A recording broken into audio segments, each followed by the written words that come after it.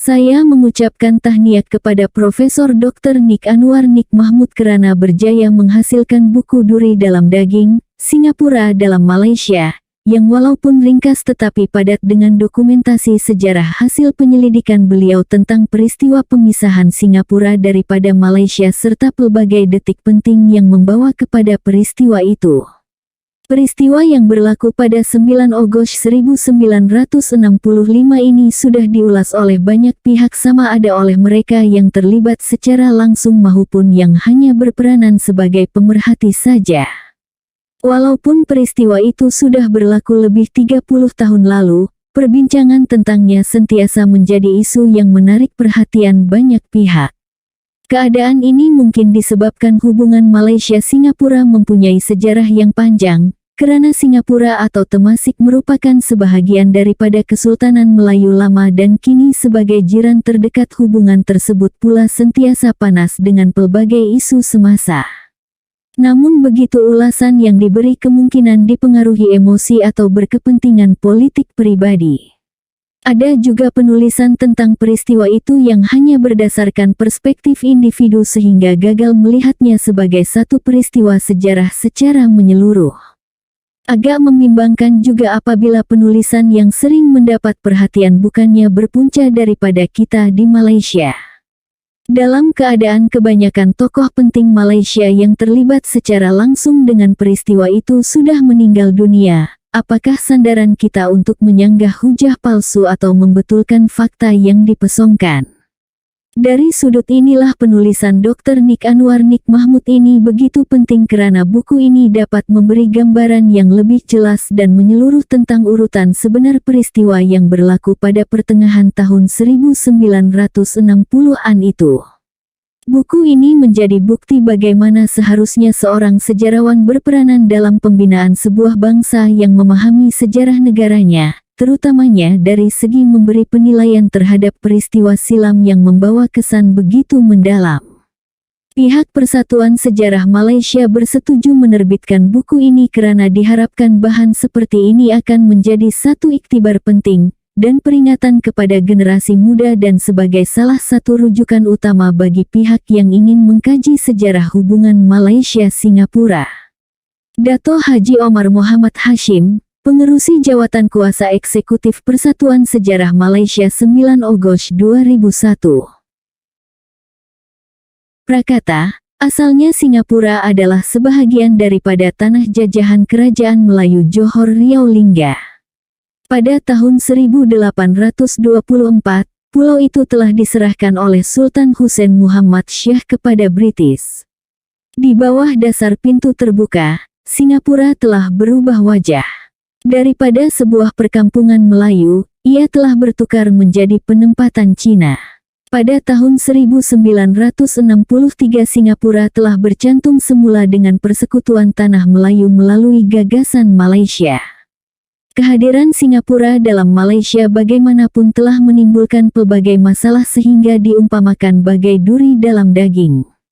Selepas 2 kali berlaku rusuhan kaum di Singapura pada tahun 1964, Tunku membuat keputusan untuk memisahkan Singapura daripada Malaysia. Pada 9 Ogos 1965, Singapura dipisahkan daripada Malaysia.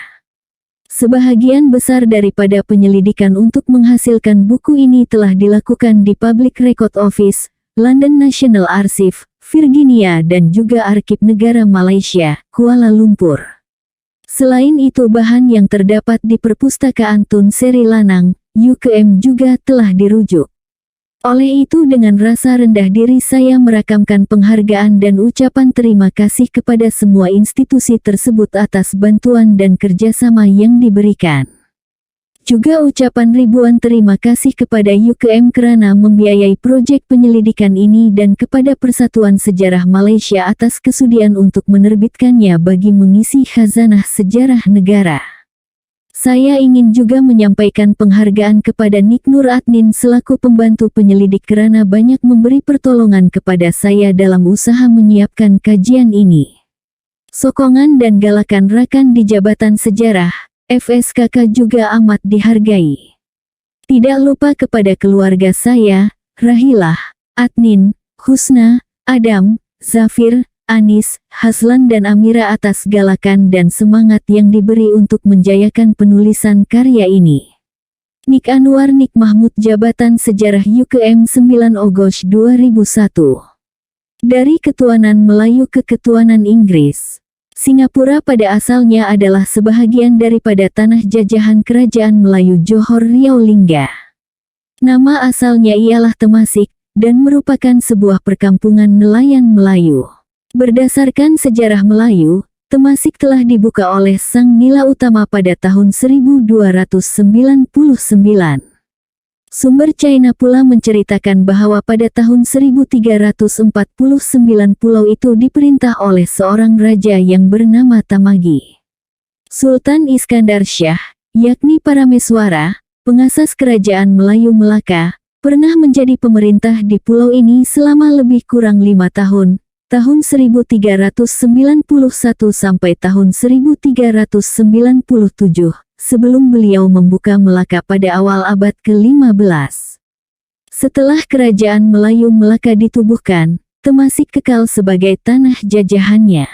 Sebagai penempatan nelayan, jumlah bilangan penduduknya tidaklah begitu ramai. Pada awal abad ke-19, Temasik berada di bawah tanggung jawab Temenggung Abdul Rahman. Pada ketika itu kerajaan Melayu Johor Riau Lingga bersultankan Sultan Abdul Rahman Muazzam Syah yang bersemayam di Lingga. Kehadiran kuasa Eropah seperti Inggris dan Belanda di perairan Johor Riau pada awal abad ke-19 telah mengancam keutuhan kerajaan Melayu Johor Riau Lingga. Belanda yang datang lebih awal daripada Inggris telah bertapak di Riau, manakala Inggris pula telah bertapak di Pulau Pinang. Selepas tamat Perang Napoleon, tahun 1815, Kompeni Hindia Inggris mencari tapak baru di Selat Melaka yang lebih strategik daripada Pulau Pinang. Kedudukan Temasik yang strategik telah mendapat perhatian Stamford Raffles, Letnan Gubernur Bengkulu. Dengan bertapak di kawasan itu, Kompeni telah dapat mengawal Selat Melaka yang merupakan laluan utama perdagangan antara bangsa.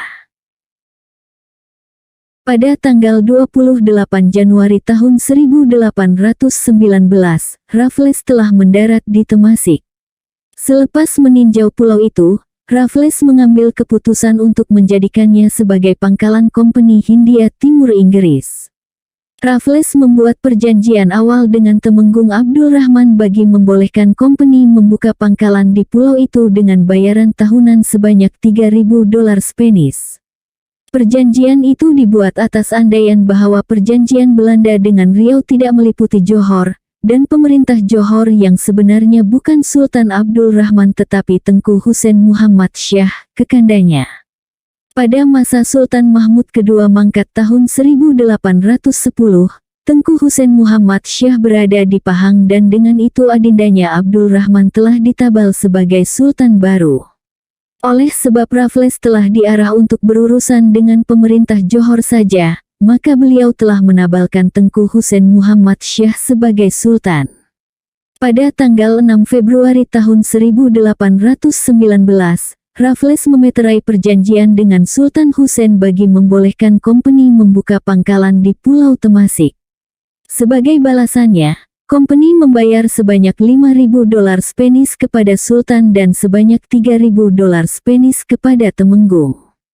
Kompeni berjanji tidak akan mencampuri urusan dalaman Sultan, manakala Sultan pula tidak akan membenarkan mana-mana kuasa asing bertapak di pulau itu. Kompeni juga berjanji akan mempertahankan kedudukan Sultan dan Temenggung daripada sebarang ancaman. Pada bulan Juni tahun 1823, satu lagi perjanjian dimeterai antara Kompeni dengan Sultan Hussein Muhammad Syah dan Temenggung Abdul Rahman. Perjanjian itu membenarkan Kompeni menguasai keseluruhan pulau tersebut. Sebagai balasannya Kompeni membayar kepada Sultan Hussein Muhammad Syah dan Temenggung Abdul Rahman sebanyak $1.500 dan $700 Spanish. Dengan perolehan itu Kompeni telah menukar nama pulau itu kepada Singapura. Pihak Belanda telah membantah pendudukan Kompeni di Temasik, Kerana mereka mendakwa pulau itu berada di bawah naungan Sultan Abdul Rahman yang mempunyai perjanjian dengan Belanda. Dakwaan itu ditolak oleh Raffles atas alasan bahwa Temenggung Johor dan Bendahara Pahang tidak pernah mengiktiraf pertabalan Abdul Rahman sebagai Sultan Johor Riau Lingga. Bagi mengatasi perbalahan itu, rundingan telah berlangsung antara Kerajaan Inggris dengan Belanda di London. Pada tanggal 24 Maret tahun 1824 kedua-dua kuasa Eropah tersebut memeterai perjanjian London. Nasib Singapura telah ditentukan oleh artikel 12 dalam perjanjian itu yang berbunyi seperti berikut, Raja Belanda menarik balik semua bantahan yang telah dibuat terhadap pendudukan rakyat yang mulia Raja Inggris di Singapura. Walau bagaimanapun Yang Mulia Raja Inggris berjanji bahwa tidak ada penempatan Inggris yang akan dibuka di Pulau Karimun, Bantam, Bintang dan Pulau Linggi atau mana-mana pulau yang terletak di selatan Selat Singapura, juga pihak Inggris tidak akan menandatangani sebarang perjanjian dengan ketua-ketua pulau ini. Artikel itu telah mengabsahkan pendudukan Inggris di Singapura. Perjanjian London juga mengakibatkan keutuhan dan kedaulatan Kerajaan Melayu Johor Riau Lingga terjejas. Kerajaan yang besar ini telah terbahagi kepada dua, yaitu Kerajaan Melayu Johor dan Kerajaan Melayu Riau Lingga. Setelah termeterainya Perjanjian London, John Crawford, Residen Company di Singapura telah memaksa Sultan Hussein Muhammad Shah dan Temenggung Abdul Rahman supaya menyerahkan Singapura sepenuhnya, kecuali kawasan kediaman Sultan Hussein Muhammad Shah dan Temenggung. Justru tekanan dan desakan Crawford, pada 2 Agustus 1824, Sultan dan Temenggung terpaksa menandatangani perjanjian persahabatan dan perikatan dengan company. Dengan termeterainya perjanjian itu, Singapura telah menjadi kepunyaan company buat selama-lamanya. Sebagai balasannya, pihak company bersetuju untuk membayar kepada Sultan Hussein dan Temenggung masing-masing sebanyak 33.000 dan 26.800 dolar Spanish, termasuk bayaran bulanan setiap seorang sebanyak 1.300 dan 700 dolar Spanish. Pasal 7 perjanjian itu memperakui penyerahan itu tidak membabitkan kawasan kediaman Sultan dan Temenggung di Kampung Gelam yang mempunyai keluasan lebih kurang 56 ekar. Sejak itu Singapura telah menjadi milik Kompeni Hindia Timur British. Pada tahun 1867, Singapura, Pulau Pinang dan Melaka telah diletak di bawah pentadbiran negeri-negeri selat yang berpusat di Singapura dan di bawah tanggung jawab seorang gubernur. Singapura juga menjadi ibu pejabat pesuruh jaya tinggi British bagi negeri-negeri Melayu bersekutu dan negeri-negeri Melayu tidak bersekutu. Bagi memudahkan hubungan antara Singapura dengan Semenanjung, sebuah causeway telah dibina dan siap pada tahun 1923. Di bawah pemerintahan British, Singapura telah membangun dengan pesat. Dari sebuah perkampungan nelayan, Singapura berubah menjadi pusat perdagangan serantau. Banyak syarikat asing telah membuka cawangan masing-masing di pulau itu. Antara yang awal ialah syarikat Johnston & Company, Guthrie, Sime & Company, Patterson dan Simmons & Company. Bilangan pendatang asing, khususnya kaum Cina, juga semakin meningkat. Pada tahun 1863, jumlah penduduk di Singapura telah meningkat kepada 80.000 orang. Daripada jumlah tersebut hanya 14% saja terdiri daripada bangsa Melayu. Bakinya adalah terdiri daripada kaum pendatang Cina 62% dan India 16%. Menjelang tahun 1901, Singapura mempunyai 227.000 orang penduduk. Daripada jumlah itu, 72% adalah terdiri daripada kaum pendatang Cina. Di bawah ketuanan British, bangsa Melayu Singapura terus terpinggir dan dipinggirkan daripada arus pembangunan. Singapura menuju pemerintahan sendiri. Peperangan tercetus di Tanah Melayu pada 7 Desember 1941, apabila tentera Jepun mendaratkan tenteranya di Kelantan, disusuli dengan serangan ke atas Pearl Harbor. Dalam tempoh 70 hari Singapura telah dikuasai oleh Jepun, British terpaksa mengaku kalah. Bermula pada bulan Februari tahun 1942, Persekutuan Tanah Melayu dan negeri-negeri selat telah diletak di bawah pentadbiran tentara Jepun dengan Singapura atau seyonan nama barunya, sebagai pusat pentadbirannya. Setelah perang tamat, para pejuang Melayu khususnya Parti Kebangsaan Melayu Malaya, PKMM, berusaha untuk mencantumkan semula Singapura dengan Tanah Melayu, tetapi dihalang oleh British. Di bawah Perlembagaan Malayan Union atau Kesatuan Tanah Melayu, Pulau Pinang dan Melaka telah menjadi sebahagian daripada Tanah Melayu, tetapi Singapura kekal sebagai koloni British. Semenjak itu Semenanjung dan Singapura berkembang secara berasingan dalam bidang politik, perlembagaan dan ekonomi. Keengganan British untuk memberi hak pemerintahan sendiri kepada Persekutuan Tanah Melayu telah mencetuskan bantahan di Persekutuan Tanah Melayu. Parti Komunis Malaya dan Parti Kiri Melayu seperti PKMM, PETA dan Hizbul Muslimin telah mempelopori gerakan kemerdekaan. Pihak British telah bertindak balas dengan mengisytiharkan darurat, mengharamkan Parti Kiri dan menahan pucuk pimpinan dan ahlinya. Di Singapura pihak British juga telah menangkap ahli serta penyokong PKM dan Parti Kiri Melayu.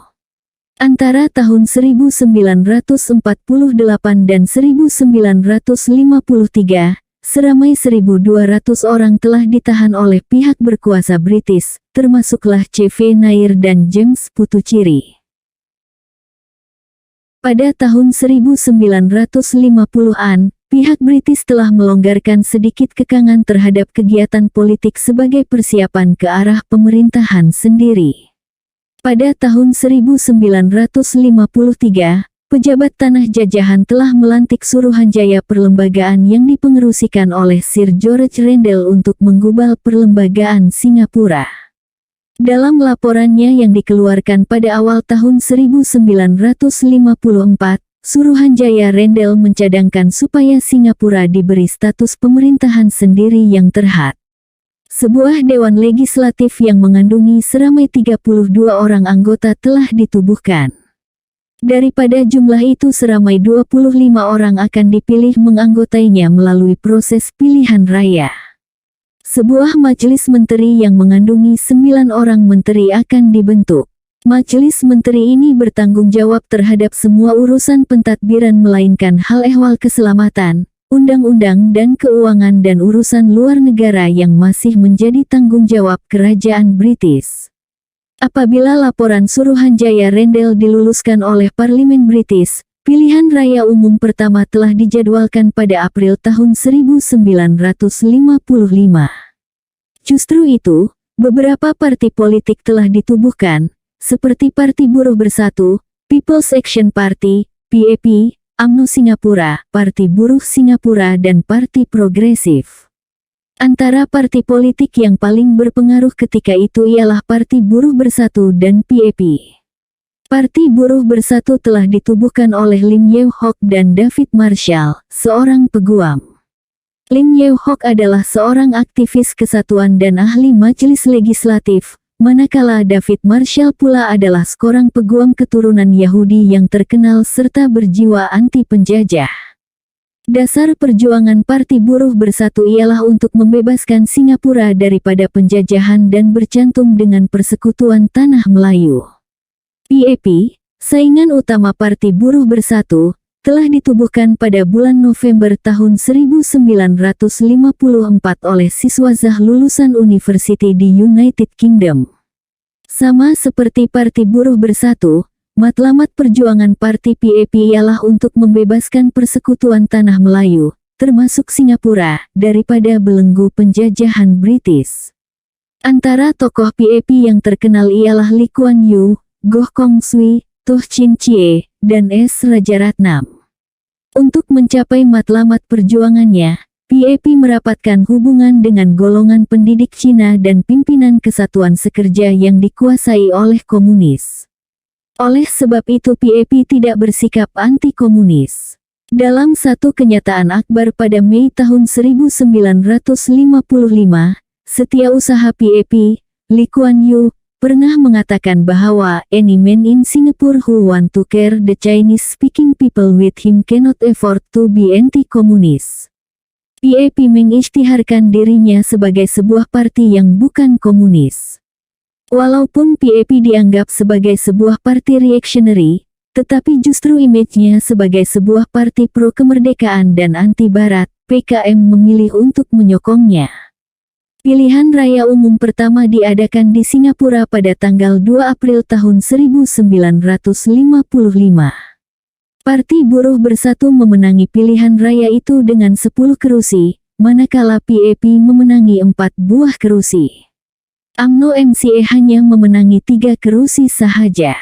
Keputusan itu membolehkan Parti Buruh Bersatu membentuk kerajaan dengan David Marshall sebagai Ketua Menteri Singapura yang pertama. Kemenangan Parti Buruh Bersatu mengecewakan pihak British yang mengharapkan Parti Progresif yang pro-British mengambil alih teraju pemerintahan. Sikap David Marshall yang anti-kolonial dan keengganannya untuk bertindak terhadap puak kiri dan komunis, menyebabkan beliau tidak begitu populer dengan pihak kolonial British di Singapura. Pada awal bulan Juni tahun 1956, beliau telah meletakkan jawatannya sebagai Ketua Menteri apabila kerajaan British enggan memberi hak pemerintahan sendiri sepenuhnya kepada Singapura. Ketua Menteri tidak mempunyai saluran kepada laporan sulit cawangan khas. Oleh sebab sumber keuangan dikawal oleh pihak British, maka Ketua Menteri mempunyai masalah untuk melaksanakan rancangan pembangunan dalam aspek perumahan dan pendidikan. Pada tanggal 8 Juni tahun 1956, pemangkunya Lim Yew Hock telah mengangkat sumpah sebagai Ketua Menteri. Pada tanggal 11 Desember tahun 1957, Sir William Good telah dilantik sebagai Gubernur Singapura. Menyadari bahwa kerajaan British tidak akan memberikan kemerdekaan kepada Singapura sehingga komunis tidak lagi menjadi ancaman, maka Lim Yew Hock memilih untuk bekerja sama dengan gubernur dan ketua polis dalam menangani masalah komunis, walaupun beliau dianggap oleh musuh politiknya sebagai boneka penjajah. Beliau adalah Cina peranakan yang berjiwa anti-komunis. Oleh sebab itu juga beliau dapat berhubung rapat dengan Tunku Abdul Rahman, Ketua Menteri bagi Tanah Melayu, seorang tokoh yang juga anti-komunis. Kerajaan Persekutuan agak bimbang dengan kegiatan komunis di Singapura. Walaupun PKM telah diharamkan, tetapi komunis masih berpengaruh di kalangan Kesatuan Sekerja dan Sekolah Cina. Sebaik saja dilantik sebagai Ketua Menteri, Lim Yew Hock, dengan kerjasama Gubernur Good dan Ketua Polis, telah mengambil tindakan terhadap komunis. Pada 23 Agustus 1956, Lim Yew Hock mengeluarkan kertas putih tentang kegiatan dan matlamat komunis di Singapura serta penyelusupan anasir itu dalam PAP. Pada bulan September, Kesatuan Sekerja seperti Singapore Factory and Shop Workers telah ditutup. Bermula tanggal 1 Oktober tahun 1956, satu operasi besar-besaran telah dijalankan di Singapura untuk memberkas anggota komunis serta para penyokongnya. Akibat tindakan keras Lim Yew Hock, gerakan komunis di Singapura hampir lumpuh. Operasi itu dikenali sebagai Operation Photo. Berikutan dengan berlakunya rusuhan di Chinese High School pada tanggal 26 Oktober tahun 1956, Lim Yew Hock telah bertindak dengan menahan pemimpin kiri dan komunis dalam PAP dan Kesatuan Sekerja. Antara yang ditahan di bawah Akta Preservation of Public Security ialah Lim Chin Siong, S. Woodhull, dan James Puthucheary. Pada tahun 1957, 5 orang ahli jawatan kuasa tertinggi PAP turut ditahan. Dari satu segi, penahanan beberapa orang pucuk pimpinan tertinggi jawatan kuasa pusat PAP yang pro-komunis telah membolehkan Lee Kuan Yew, seorang tokoh moderat dan bekas setiausaha agung PAP, menguasai semula PAP. Lennox Boyd, setiausaha tanah jajahan, telah memuji Lim Yew Hock karena berjaya membunuh The Communist Snake, Satu daripada senjata sulit pihak British dalam menangani masalah komunis ialah Akta Keselamatan Dalam Negeri ataupun Preservation of Public Security Action. Akta ini memberi kuasa sepenuhnya untuk menahan mana-mana individu ataupun menutup mana-mana persatuan atau kesatuan yang dipercayai mengancam keselamatan negara tanpa memerlukan perintah mahkamah. Justru itu akta tersebut telah ditentang oleh komunis dan menjadi isu utama dalam perjuangan politik di Singapura. Perlembagaan baru, pada bulan April tahun 1958, Lim Yew Hock telah mengetuai rombongan ke London. Turut mengiringi rombongan itu ialah Lee Kuan Yew. Pada tanggal 11 April tahun 1957, perjanjian telah dimeterai antara kerajaan Lim Yew Hock dengan kerajaan British mengenai perlembagaan baru bagi Singapura. Perlembagaan baru itu membolehkan penubuhan sebuah dewan legislatif dengan 51 orang wakil yang dipilih. Seorang Perdana Menteri dan beberapa orang menteri akan dipilih daripadanya. Dewan ini mempunyai kuasa dalam semua hal kecuali urusan pertahanan dan luar negara. Berkaitan soal keselamatan dalam negeri, sebuah majelis yang dikenali sebagai Majelis Keselamatan Negara akan dibentuk. Majelis ini akan dianggotai oleh 3 orang wakil British, 3 orang wakil dari Singapura dan seorang wakil dari Tanah Melayu. Singapura akan diketuai oleh seorang yang dipertuan negara dan bukan lagi gubernur. Kerajaan British masih mempunyai kuasa untuk menggantung perlembagaan sekiranya keselamatan dalam negeri Singapura tergugat ataupun kerajaan Singapura menjalankan dasar yang bertentangan dengan perlembagaan. Tuntutan Melayu, secara umumnya perlembagaan baru itu telah diterima oleh rakyat Singapura. Ini karena perlembagaan itu telah mengubah status Singapura daripada sebuah koloni kepada negara. Sempena dengan itu, Yusof Ishak telah dilantik sebagai yang di-Pertuan Negara Singapura yang pertama. Sungguh pun begitu, terdapat sekumpulan orang Melayu mempertikaikan perlembagaan itu, atas alasan bahwa perlembagaan itu tidak menjamin kedudukan orang Melayu sebagai bumi putera di negeri itu, malahan kedudukan orang Melayu akan semakin tenggelam. Perlembagaan baru itu telah melonggarkan syarat-syarat kerakyatan. Kerakyatan Singapura telah dibuka seluas-luasnya kepada semua kaum. Syarat kerakyatan yang berasaskan prinsip jus soli telah diperkenalkan. Bagi rakyat United Kingdom dan tanah jajahan, mereka layak untuk memohon kerakyatan selepas 2 tahun bermastautin di Singapura, manakala bagi rakyat asing pula ialah selepas bermastautin selama 8 tahun. Apabila syarat-syarat kerakyatan ini dikuat-kuasakan, seramai 325.000 orang asing telah diterima sebagai rakyat Singapura. Jelas bahwa peraturan kerakyatan baru itu meninggalkan kesan buruk kepada bangsa Melayu di pulau itu. Daripada 1.466 juta orang penduduk di Singapura, bilangan orang Melayu hanyalah dalam anggaran 228.000 orang saja. Tambah membimbangkan orang Melayu lagi ialah apabila perlembagaan itu tidak memberi jaminan terhadap kedudukan istimewa orang Melayu sebagai kaum minoriti akan dihormati, seperti yang termaktub dalam Perlembagaan Persekutuan Tanah Melayu. Bimbang dengan masa depan mereka, pada tanggal 12 Maret tahun 1959, satu pertubuhan yang dikenali sebagai Gerakan Kebangsaan Melayu Singapura atau Gemala telah ditubuhkan di Singapura. Peranan utama Gemala ialah untuk mempertahankan hak dan kepentingan bangsa Melayu di Singapura. Gemala dipengerusikan oleh Hashim bin Salim, manakala setiausahanya ialah Osman Abdullah. Penaung Gemala ialah Tengku Muda, cicit kepada Sultan Hussein. Pada tanggal 19 April tahun 1959, Gemala menganjurkan satu persidangan di Istana Kampong Glam untuk membincangkan nasib dan masa depan orang Melayu di Singapura. Persidangan itu dihadiri oleh seramai 250 orang peserta. Antara keputusan penting yang dibuat oleh persidangan itu ialah desakan Gemala supaya kerajaan British memulihkan taraf orang Melayu Singapura seperti pada zaman sebelum penjajahan dahulu. Kedua, Mendirikan semula kerajaan bersultan.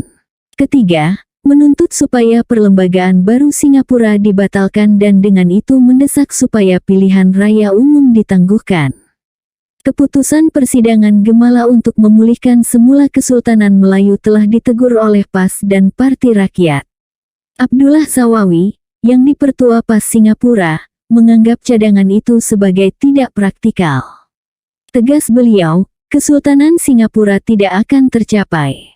Hanya bila Singapura bercantum dengan persekutuan maka tanah jajahan ini dapat kembali kepada bangsa Melayu. Berita harian pula menganggap kepentingan utama perjuangan rakyat Singapura pada amnya dan orang Melayu khasnya adalah untuk memperjuangkan kemerdekaan rakyat yang terjajah dan bukan memulihkan Kesultanan Melayu. Kritikan dan teguran itu bagaimanapun tidak menghalang Gemala daripada mengirimkan memorandum kepada Baginda Queen Elizabeth II pada tanggal 25 April tahun 1959. Seperti yang diputuskan dalam persidangan itu, Gemala mendesak kerajaan British melindungi hak dan kepentingan orang Melayu di Singapura, seperti yang termaktub dalam perjanjian antara Sultan Hussein Muhammad Shah dengan Raffles pada tanggal 30 Januari tahun 1819 dan tanggal 6 Februari tahun 1819. Salinan memorandum itu telah dikirim juga kepada Perdana Menteri British Harold Macmillan. Gemala bimbang bahwa jika langkah tertentu tidak diambil untuk menangani kebimbangan kaum Melayu, ditakuti orang Melayu akan menggunakan kekerasan untuk mencapai matlamatnya. Gemala mempertikaikan keputusan kerajaan British membuka hak kerakyatan kepada orang asing berjumlah 200.000 orang yang kesetiaan mereka masih diragui. Keputusan itu dibuat tanpa merujuk kepada orang Melayu. Gemala bimbang bahwa jika pada masa hadapan tindakan seumpama itu juga akan diambil, masa depan orang Melayu di Singapura adalah gelap. Gemala merayu agar hak dan kedudukan orang Melayu diberi perlindungan yang sewajarnya bagi mengelakkan orang Melayu daripada terpupus di pulau itu. Gemala mencadangkan supaya kerajaan British memulihkan semula Kesultanan Melayu di Singapura, serta memperkasakan kedudukan orang Melayu di pulau itu. Di samping itu tuntutan juga dibuat agar kerajaan British membatalkan hasrat untuk mengadakan pilihan raya umum seperti yang dicadangkan. Tuntutan Gemala itu bagaimanapun tidak dilayan oleh pihak Istana Buckingham. Perlembagaan baru telah dikuatkuasakan di Singapura seperti yang dijadwalkan. Pilihan raya tahun 1959, PAP dan komunis bersesuaian dengan perlembagaan baru itu. Pilihan raya umum telah diadakan pada bulan Mei tahun 1959. Penamaan calon telah berlangsung pada tanggal 25 April tahun 1959. Pemimpin-pemimpin perikatan di tanah Melayu tidak begitu senang dengan kebangkitan PAP, sebuah parti yang dianggap menjadi kuda tunggangan komunis. Perikatan masih mengharapkan SAP, sebuah parti yang anti-komunis, akan terus kekal berkuasa. Pada Tunku hanya SAP sahaja yang dapat menjaminkan keselamatan orang Melayu di Singapura, memandangkan SAP bersedia bekerja sama dengan UMNO, dan Lim Yew Hock pula adalah seorang Cina peranakan. Justru itu Tunku telah memainkan peranan aktif dalam kampen pilihan raya di Singapura bagi memastikan SAP menang dalam pilihan raya tersebut. Pencabar utama SAP dalam pilihan raya tahun 1959 ialah PAP yang dipimpin oleh Lee Kuan Yew. PAP menjadikan isu pembebasan tahanan politik dan kemerdekaan melalui percantuman dengan persekutuan tanah Melayu sebagai agenda utama pilihan raya. Bagi memancing sokongan masyarakat Cina, Lee Kuan Yew berikrar bahwa sekiranya PAP menang pilihan raya tersebut, beliau tidak akan membentuk kerajaan sebelum tahanan politik dibebaskan. Pendirian tegas PAP telah mendapat sokongan padu daripada pertubuhan buruh. Tanda awal populariti PAP di kalangan pengundi Cina ialah apabila PAP memenangi 14 daripada 15 kerusi pilihan raya Majelis Perbandaran pada Desember tahun 1957. Melalui kemenangan itu Ong Eng Guan telah dilantik menjadi Datuk Bandar pertama Singapura.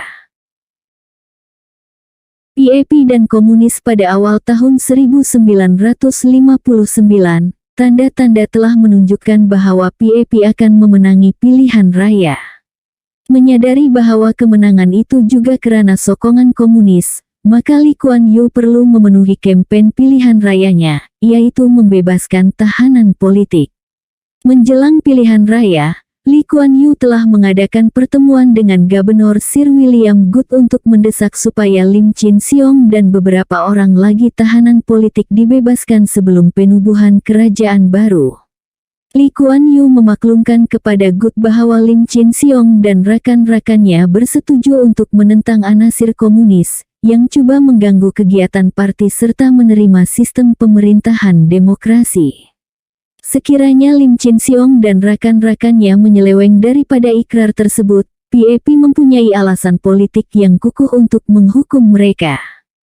Good menganggap tuntutan itu sebagai tidak praktikal.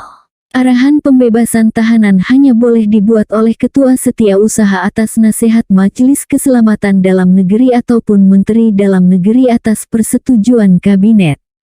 Lee Kuan Yew mendesak Good menggunakan kuasa reservenya, ataupun mendapatkan persetujuan anggota tidak resmi majelis tersebut untuk membebaskan tahanan politik tersebut.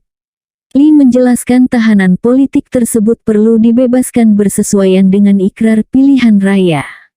Andainya tahanan politik itu tidak dibebaskan, kedudukan serta maruahnya sebagai pemimpin PAP di kalangan masyarakat Cina sudah pasti akan terjejas. Dalam suratnya kepada pejabat tanah jajahan British bertarikh tanggal 15 Mei tahun 1959, Good menasihatkan kerajaan British supaya memenuhi permintaan Lee Kuan Yew sekiranya PAP memenangi pilihan raya umum. Pejabat tanah jajahan bersetuju dengan pandangan Good. Pilihan raya telah diadakan pada tanggal 30 Mei tahun 1959. SAP telah memasuki pilihan raya dalam keadaan yang lemah. Ekoran skandal bantuan politik asing dan krisis dalam UMNO, ekoran isu rasuah timbalan Ketua Menteri, Hamid Abdul. Seperti yang dijangkakan, PAP memperolehi undi terbesar dalam pilihan raya itu, yaitu 43 kursi daripada 53 kursi yang dipertandingkan. Singapore Alliance Party telah tewas teruk dengan hanya memenangi 4 daripada 39 kursi yang dipertandingkan, termasuk kursi Lim Yew Hock. UMNO dan MCA masing-masing memperolehi 3 kursi. Satu lagi kursi dimenangi oleh calon bebas. Ekoran kekalahan itu, pada pagi tanggal 1 Juni tahun 1959, Lim Yew Hock telah melepaskan jabatannya.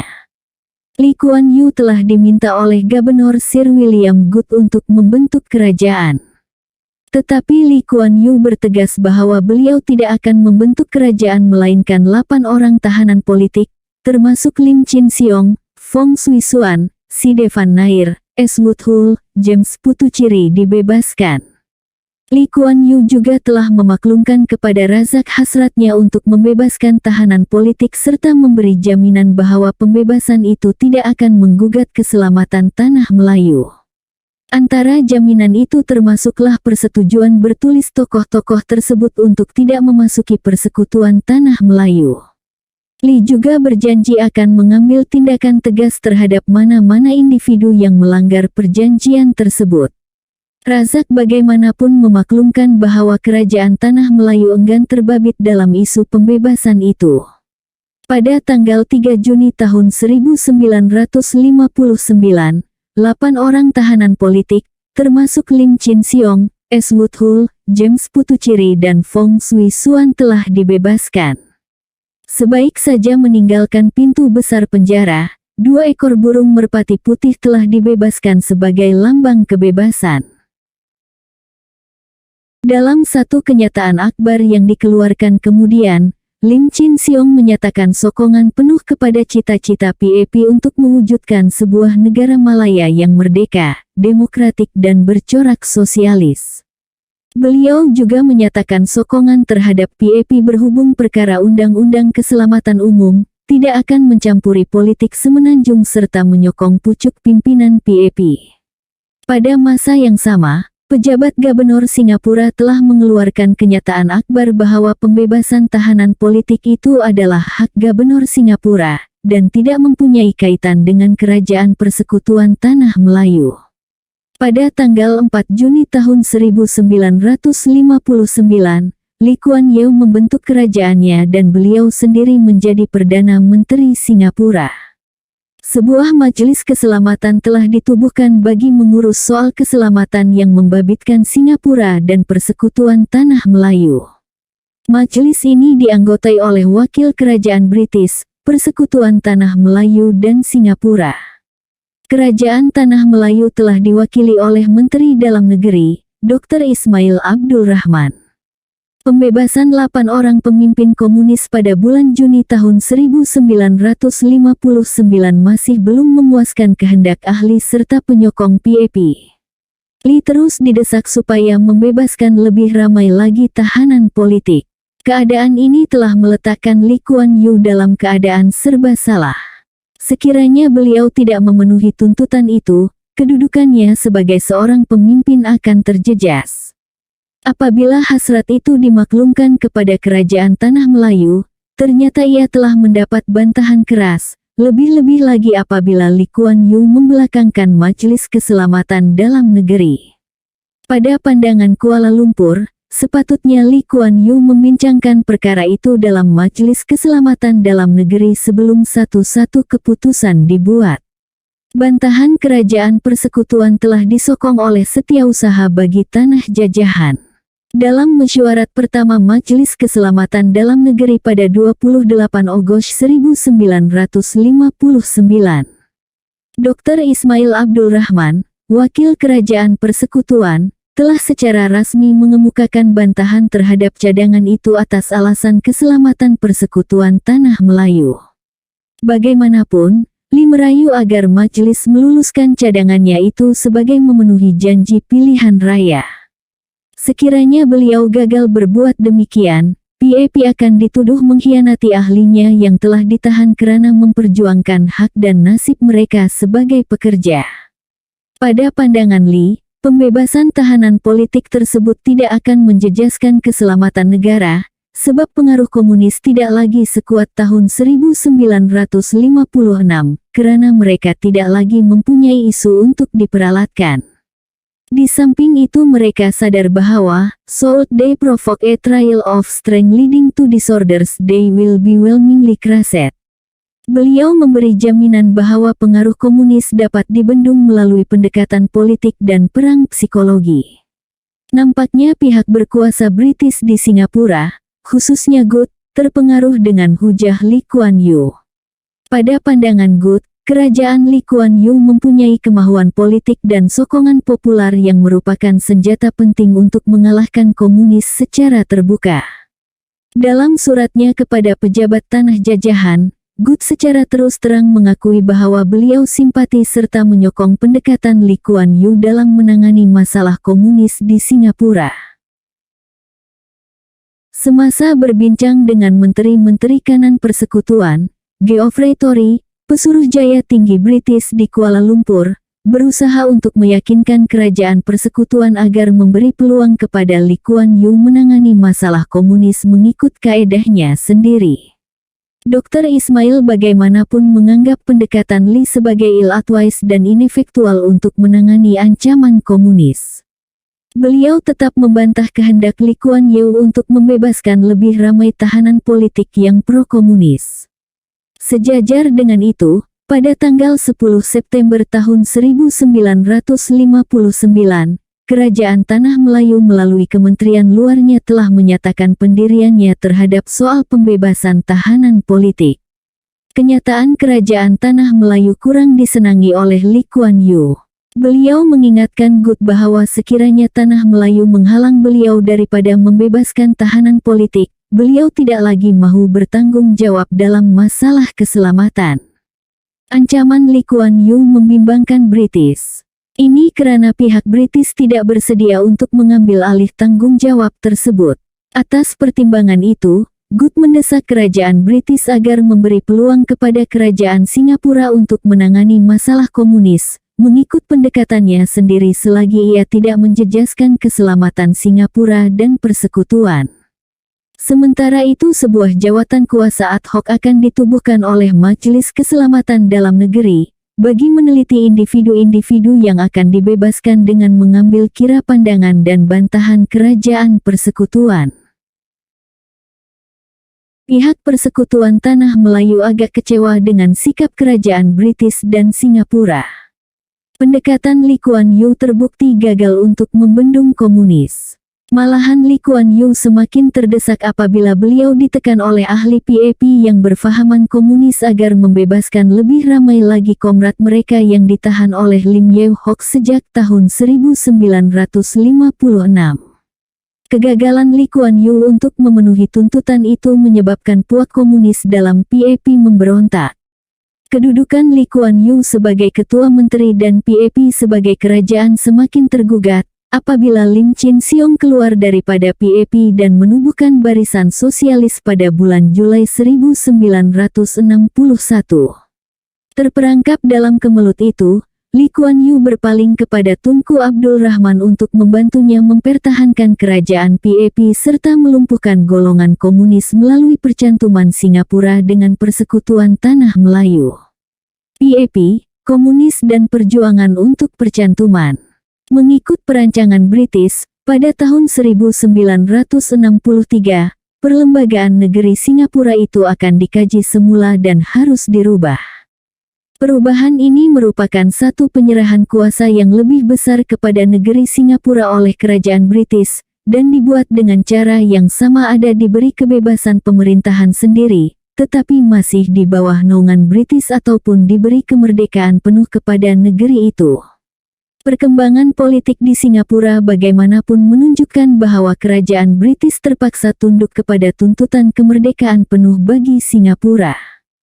Namun begitu, melihat kepada situasi politik dalam negeri dan antara bangsa, kerajaan British tidak bersedia untuk memberikan kemerdekaan kepada Singapura, melainkan melalui percantuman dengan Persekutuan Tanah Melayu. Hanya melalui percantuman saja kepentingan strategi dan ekonomi British di Singapura akan terjamin. Dari sudut itu, PAP sahaja yang menjadi harapan British karena PAP sejak awal lagi memperjuangkan percantuman Singapura dengan Persekutuan Tanah Melayu.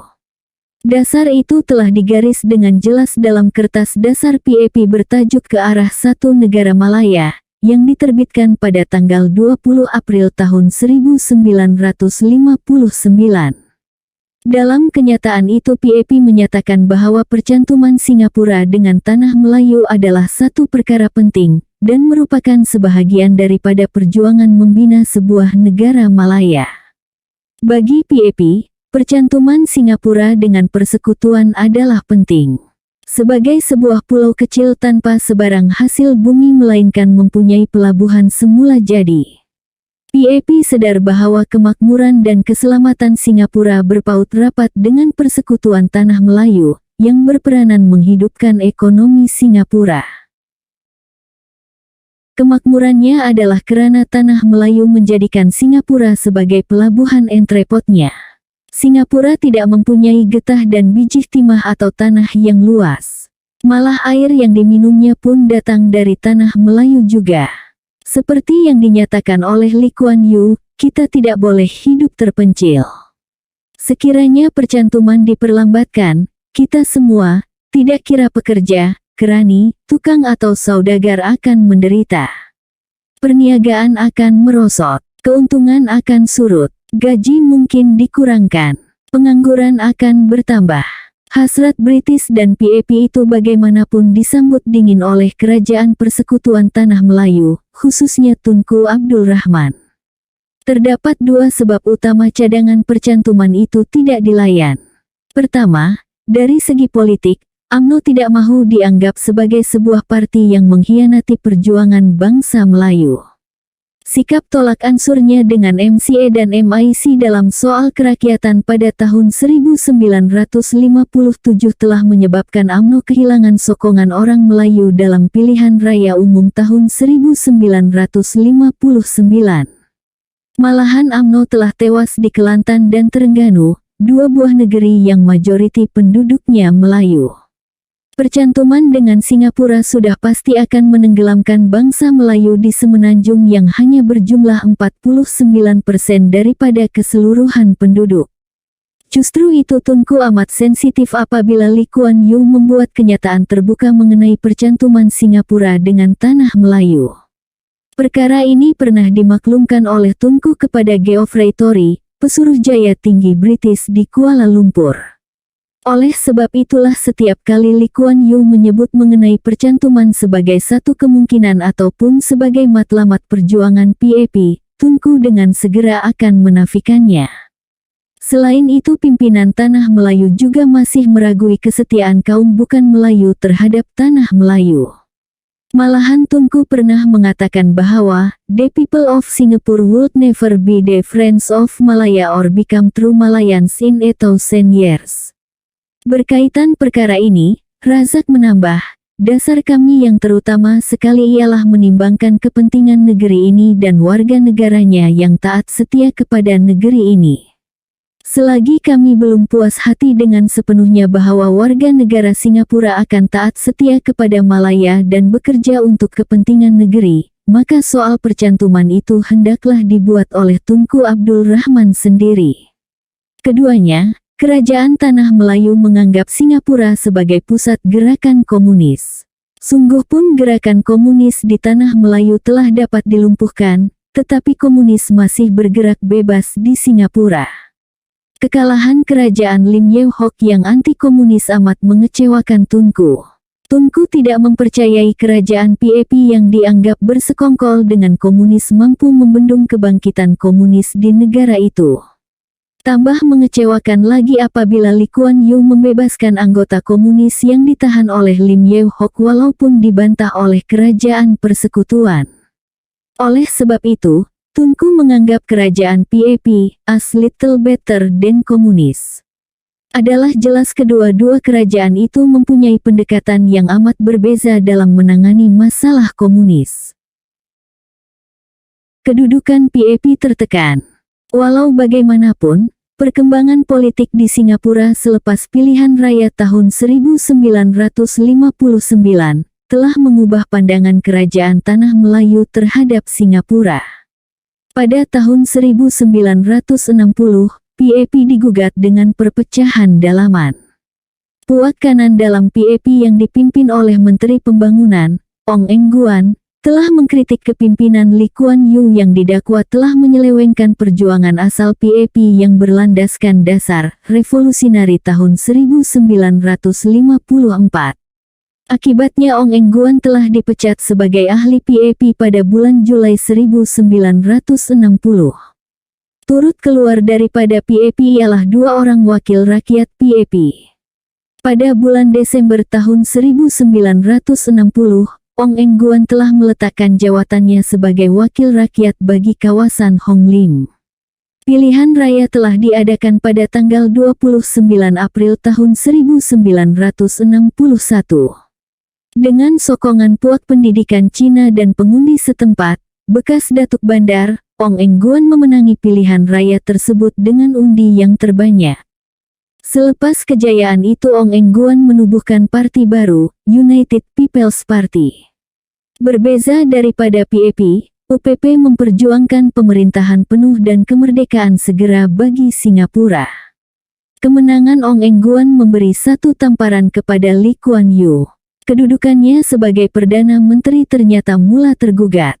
Hanya Tunku saja yang dapat menyelamatkan kedudukannya, yaitu dengan menerima cadangan percantuman Singapura dengan Persekutuan Tanah Melayu. Percantuman Singapura dengan Tanah Melayu bukan saja akan membolehkan Singapura mencapai kemerdekaan tetapi juga menjamin keselamatan kepentingan British di pulau itu. Sikap dingin Tunku ternyata mengecewakan Lee Kuan Yew, dan kekecewaan itu lebih dirasakan oleh British. Dalam aduannya kepada pihak British, Li mengingatkan bahwa sekiranya Tunku masih bersikap dingin terhadap isu percantuman, orang Singapura akan memilih untuk kemerdekaan berasingan, seperti yang diperjuangkan oleh Ong Eng Guan. Li bimbang sekiranya Singapura diberi kemerdekaan penuh tanpa bercantum dengan persekutuan Tanah Melayu, maka kerajaan Singapura yang akan muncul selepas PAP ialah kerajaan yang terlampau kiri dan menyokong Blok Timur. Sebenarnya kerajaan persekutuan juga turut bimbang dengan perkembangan di Singapura, khususnya selepas British berundur dari pulau itu. Razak sebagai timbalan menteri pernah membincangkan persoalan ini dengan bekas Setiausaha Pertahanan Tanah Melayu, R.G.K. Thompson. Razak percaya bahwa satu daripada cara untuk menyelamatkan Singapura ialah dengan mencantumkan Singapura dengan persekutuan Tanah Melayu mengikut model Ulster. Di bawah model ini kerajaan persekutuan akan bertanggung jawab dalam hal ehwal pertahanan, keselamatan dan hubungan luar. Kerajaan Singapura dikehendaki memberi sumbangan keuangan kepada kerajaan pusat dalam jumlah yang akan ditetapkan. Pilihan lain ialah kerajaan Singapura diberikan kuasa penuh, tetapi dihadkan perwakilannya di Parlimen Persekutuan. Justru itu Lee Kuan Yew telah dinasihatkan oleh pihak British supaya berbincang dengan Razak mengenai masalah Singapura. Satu cara untuk mempengaruhi Tunku ialah dengan menghidupkan semula rancangan lama Tunku yaitu Grand Design, bagi menyatukan persekutuan Tanah Melayu, Singapura dengan tanah jajahan British di Borneo dalam satu gagasan besar.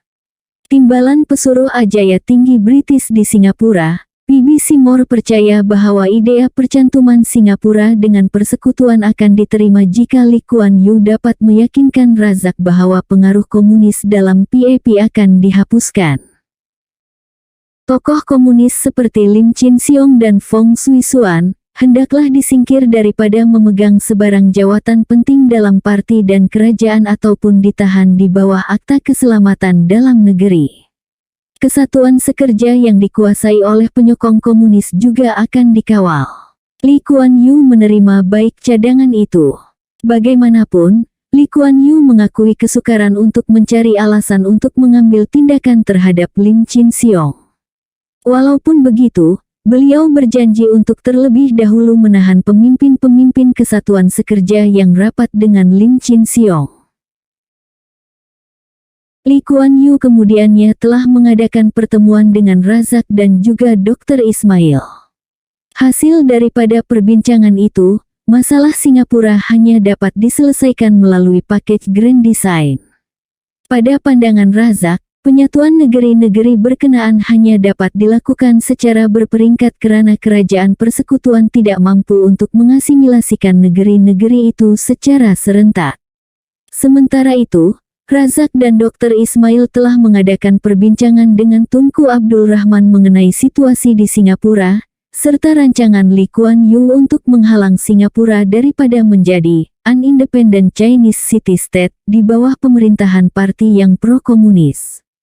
Jika berlaku kejadian itu, berarti persekutuan Tanah Melayu akan menghadapi satu kedudukan yang amat sulit. Razak mencadangkan penyelesaian masalah Singapura itu dalam package Grand Design, yang akan mengandungi persekutuan Tanah Melayu, Singapura, Borneo Utara, Brunei dan Sarawak. Tanpa package itu, Singapore could not be assimilated without the addition also of non-Chinese peoples from some or all of the Borneo territories. Pada tanggal 23 April tahun 1961, Tunku telah mengadakan perbincangan dengan Lee Kuan Yew dan rombongan di Kuala Lumpur tentang situasi politik di Singapura dan gagasan Malaysia. Selepas berbincang lanjut, Tunku telah meminta Lee Kuan Yew menyiapkan kertas cadangan mengenai gagasan tersebut serta cara untuk merealisasikannya. Persetujuan Tunku itu merupakan hadiah yang cukup bermakna kepada Lee Kuan Yew. Pada prinsipnya perjuangan percantuman telah menampakkan kejayaan. Dengan bantuan Moore, Lee Kuan Yew telah menyiapkan kertas cadangan dalam masa yang singkat sahaja. Kertas itu mencadangkan dua alternatif. Alternatif pertama ialah setiap wilayah mencapai taraf kemerdekaan secara berasingan, dan selepas itu bercantum dalam gagasan Malaysia. Alternatif kedua, ialah dengan mencantumkan 3 wilayah itu dalam satu gagasan. Jika alternatif pertama dipilih, Li bimbang Singapura akan dikuasai oleh sebuah parti Cina yang pro-komunis dalam pilihan raya yang akan datang. Melihat kepada kelemahan alternatif pertama, Li mencadangkan alternatif kedua. Pada pikirannya alternatif kedua bukan saja dapat memenuhi hasrat penduduk di wilayah Borneo, tetapi juga dapat menyelesaikan masalah Singapura.